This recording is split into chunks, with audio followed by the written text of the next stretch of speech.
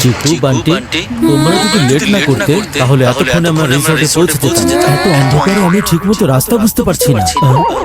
বাবা এসব কিছুই বান্টির ডায়াবেটিসের কারণে হয়েছে। বাবা এসব আমার কারণে নয়, চিকুর কারণে হয়েছে। ও তো তখন ক্রিকেট ম্যাচ দেখছিল। ওফো, চুপ করো তোমরা দুইজন। যখনই দেখি শুধু ব্লেম খেলতে থাকে। আর এদিকে আমার ফোনের জিপিএস কেন চলছে না? একটু বেশি কুলিং করছে, আমি এটা এখনই বন্ধ করছি। বাবা আমার অনেক গরম লাগছে। তুমি তো জানোই এয়ার কন্ডিশন ছাড়া আমার কন্ডিশন খুব খারাপ হয়ে যায় বাবা। যদি তোমার গরম লাগে তাহলে জানালা খুলে দাও, কোনোভাবেই এসি চালু করা যাবে না।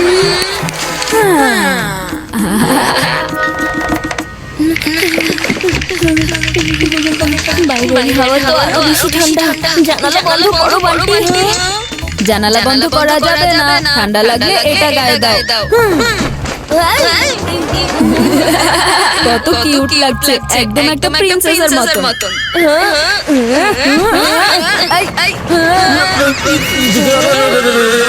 আমি কিছু দেখতে পাচ্ছি না।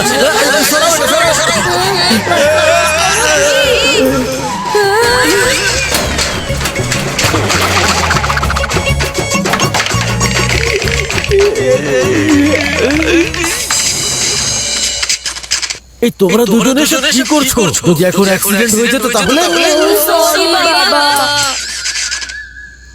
কত কষ্টে একটা লাইট দেখতে পেয়েছিলাম, সেটাও বন্ধ হয়ে গেছে। এখন তুমি বাইরে গেলে কেন মেঘা? ওই দেখো আমাদের রিসোর্ট দেখা যাচ্ছে। এটা তুমি কি করে জানলে? আরে ওই অ্যারো তো ওই ডিরেকশন দেখাচ্ছে, আর উপরে বোর্ডেও লেখা আছে। শেষ পর্যন্ত আমরা পৌঁছে গেছি। চিকু বান্টি জলদি লাগেজ বের করো, জলদি। কিন্তু বাবা লাগেজ তো আমরা রিসোর্টে পৌঁছানোর পরে নামাবো, তাই না? বাবা রিসোর্ট পাহাড়ের উপরে, আর পাহাড়ের উপরে গাড়ি চলবে না। যাও লাগেজ নামাও, কারণ এখান থেকে আমাদেরকে ট্রেকিং করে যেতে হবে।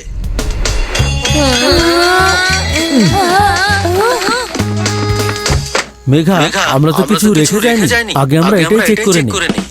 কিন্তু মা এত ভারী লাগেজ কি করে আমি উঠাবো? সবাইকে একটা করে ব্যাগ উঠাতেই হবে, তাই এখন কান্না বন্ধ করো আর ব্যাগগুলো উঠাও। আমি তো আমার ব্যাগ ঠিক করে ফেলেছি। ও কি করে এত জলদি ব্যাগ উঠিয়ে নিল? চিকু তুমি এই ব্যাগটা উঠিয়ে নাও। ওকে মা। এই ব্যাগ তো অনেক ভারী মা, এটার মধ্যে কি পাথর আছে নাকি? এটাতে পাথর না, গরমের কাপড় আছে। এতে সোয়েটার আছে, জ্যাকেট আছে, ক্যাপ আছে, গ্লাভস আছে, থার্মালস আছে, এমনকি মোজাও আছে। তাহলে ভারী তো একটু হবে, তাই না? এই সব কিছু একটা ব্যাগের মধ্যেই? এই ভারী ব্যাগকে হালকা করার জন্য কিছু একটা করতেই হবে। আইডিয়া। অনেক ঠান্ডা পড়েছে বান্টি, এই জন্য ব্যাগ জরুরি। এত ঠান্ডায় যদি শাল ছাড়া থাকো তাহলে তো ঠান্ডা লেগে যাবে। বাবা তোমার বেশি ঠান্ডা লাগে না? এই নাও সোয়েটার পরে নাও। আর আমি এই গ্লাভস পরে নিলাম। এখন ব্যাগ হালকা আর চিকু হ্যাপি। চলো এবার যাই। ঠান্ডা বলতে তো এখানে কোনো জিনিসই নেই, আর তার উপর চিকু আমাকে এই সোয়েটার পরিয়ে দিয়েছে। বাবা তোমার গরম লাগছে আর আমার ক্ষুধা, আমরা খেতে পারবো তো, তাই না? পাওয়া যেতেও পারে, আবার নাও পাওয়া যেতে পারে। আমরা রিসোর্টে যাচ্ছি, নানির বাড়িতে না। এভাবে কিভাবে হবে মা? তুমি তো জানো যে না খেলে আমার ঘুমই আসে না। হ্যাঁ আমি জানি, এমন ইমার্জেন্সি সিচুয়েশনের জন্য আমি বাসা থেকে খাবার বানিয়ে নিয়ে এসেছি। আচ্ছা তাহলে আমাকে দাও না মা। তাড়াতাড়ি লাল রঙের ব্যাগটা বের করো। লাল রঙের ব্যাগ? লাল রঙের ব্যাগ? চিকু লাল রঙের ব্যাগটা কি তোমার কাছে আছে? না তো, আমার কাছে তো নেই। বাবা তোমার কাছে আছে? না আমার কাছে তো নেই। ওই ব্যাগ গেল কোথায়? ও মনে পড়েছে, মনে হচ্ছে লাল রঙের ব্যাগটা গাড়িতে ফেলে এসেছি। এখন তাড়াতাড়ি ব্যাগ নিয়ে আসতে হবে। মা, এখন ব্যাগ নেওয়ার জন্য আবার কি করে নিচে যাব? আমার তো খুব ক্ষুধা লেগেছে। আমি আমার ব্যাগ এখানে ফেলে আসতে পারবো না, চুপচাপ নিচে চলো। আমি এখানে দাঁড়াই না মা, তোমরা সবাই নিচে যাও প্লিজ। ঠিক আছে, যদি কোনো ঝামেলা হয় তখন কিন্তু আবার আমাদেরকে কিছু বলবে না। হ্যাঁ হ্যাঁ, যাও যাও। বান্টি কিছুকে ভয় পায় নাকি? হ্যাঁ,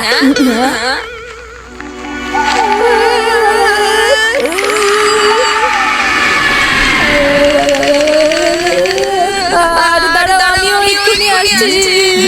মনে হয় ভয় পেয়ে বান্টি বেজে গেছে ঘন্টি।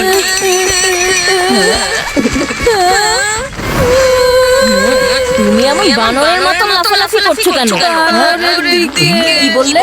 বানরের দিকে। আমার ব্যাগ, আমার ব্যাগ এনে দাও, আমার ব্যাগ। আরে না,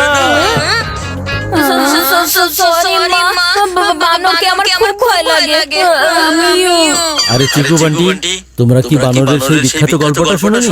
যদি তুমি বানরকে নকল করো তাহলে ও তোমাকে নকল করবে। তার মানে যদি তুমি বানরের দিকে কিছু ছুঁড়ে মারো তাহলে সেও তোমার দিকে কিছু না কিছু ছুঁড়ে মারবে। বাবা, এরকমটা কি সত্যি হয়? অবশ্যই হয়। যদি বিশ্বাস না হয় তাহলে নিজেই দেখে নাও।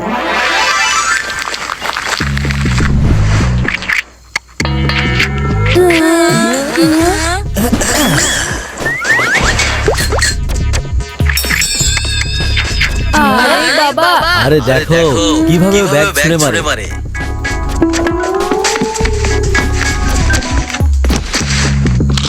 বাবা, তুমি তো এই সোয়েটার ছুঁড়ে মেরেছো, কিন্তু বানর তো কিছুই করছে না। করবে। তোমরা একটু ধৈর্য ধরো। এক কাজ করো, তুমি তোমার মাংকি ক্যাপ ওর দিকে ছুঁড়ে মারো, তারপর ও অবশ্যই রিঅ্যাক্ট করবে। কিন্তু বাবা। ছুঁড়ো ট্রাইড এন্ড টেস্টেড ফর্মুলা। ওকে বাবা। তুমি তোমার গ্লাভস খুলো আর ওর দিকে ছুঁড়ে মারো। এবার দেখবে অবশ্যই আমার কথা ফলে যাবে। ঠিক আছে বাবা।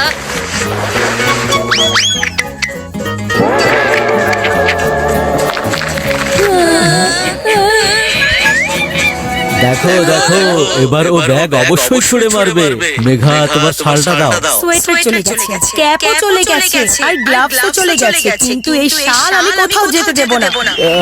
কিন্তু মেঘা, কিন্তু কিছু না। রাজীব, এই বানরের সাথে লেনদেন বন্ধ করো, আমার বিরক্ত লাগছে।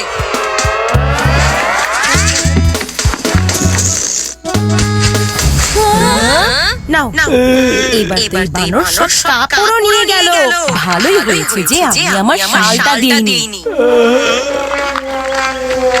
বাবা, এই কপি করা বানর তোমার যুগে ছিল, কারণ আজকের যুগের বানর নকল করে না, বুদ্ধি দিয়ে কাজ করে। এখন তাড়াতাড়ি তোমাদের মায়ের পিছু চলো, নয়তো সে আমাদের সবাইকে আক্কেল দিয়ে ছাড়বে।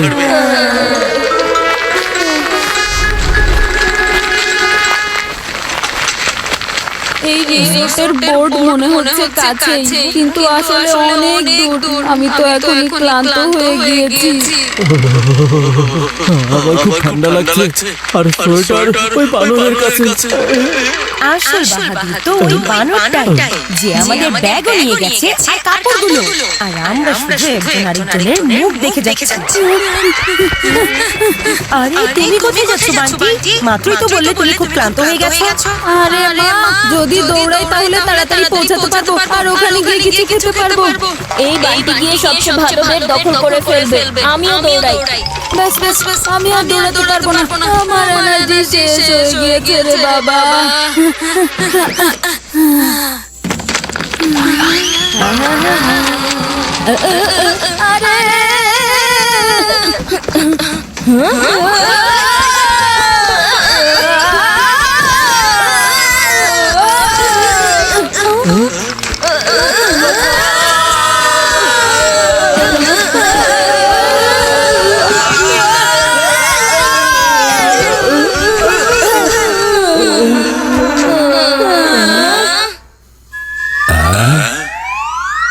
আমাদের এই রিসোর্টে আপনাদেরকে স্বাগতম।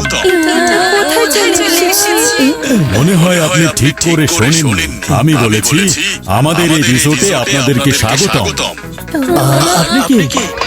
মনে হয় আপনি ঠিকভাবে দেখেননি। আমি হচ্ছি আব্দুল মতিন, এই রিসোর্টের ম্যানেজার।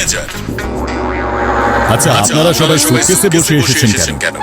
আপনাদের কাছে গাড়ি নেই নাকি আপনাদের গাড়িতে পেট্রোল নেই? আরে গাড়িও আছে, আবার গাড়িতে পেট্রোলও আছে, কিন্তু গাড়িকে পাহাড়ের উপর কিভাবে নিয়ে যেতাম, এই জন্য এইভাবে আসতে হয়েছে। কিন্তু পাহাড়ের উপর যাওয়ারই কি দরকার ছিল? আরে ভাই সাহেব, আপনার রিসোর্ট যেহেতু পাহাড়ের উপর, তাহলে আপনার রিসোর্টে আসার জন্য আমাদের পাহাড়ের উপরেই তো আসতে হবে, তাই না? মনে হচ্ছে আপনাদের কোথাও ভুল হচ্ছে ম্যাম। স্যার, আপনাদের গাড়ির নাম্বার কি 1212? হ্যাঁ, আপনাদের গাড়ির রং কি ব্লু রঙের? হ্যাঁ। তাহলে স্যার, আপনার গাড়ি যেখানে দাঁড়িয়ে ছিল তার ঠিক সামনেই তো আমাদের রিসোর্ট। কিন্তু আপনার রিসোর্টের বোর্ড তো পাহাড়ের উপরে লাগানো আছে। ওই বোর্ড তো শুধু রিসোর্টের একটা অ্যাড বাবু। আমাদের এই রিসোর্ট তো পাহাড়ের নিচে ছিল, এখনো আছে, আর নিচেই থাকবে। তার মানে আমরা খামোখা লাগেজ নিয়ে উপরে উঠছিলাম, ভেবেছিলাম রিসোর্টে রিল্যাক্স করতে আসবো, কিন্তু এখানে কোনো কারণ ছাড়াই ট্রেকিং করা হলো। অবশেষে রাজীবের ফ্যামিলি এখন পাহাড়ের নিচে। হ্যাঁ, একদম ঠিক বলেছো। আঙ্কেল, আমরা সবাই খুবই ক্ষুধার্ত, আপনি আমাদেরকে তাড়াতাড়ি প্লিজ খাবার খাওয়ানোর ব্যবস্থা করুন। আমাদের রিসোর্টের রুলস অনুযায়ী আমরা গেস্টদেরকে খাবার খাওয়া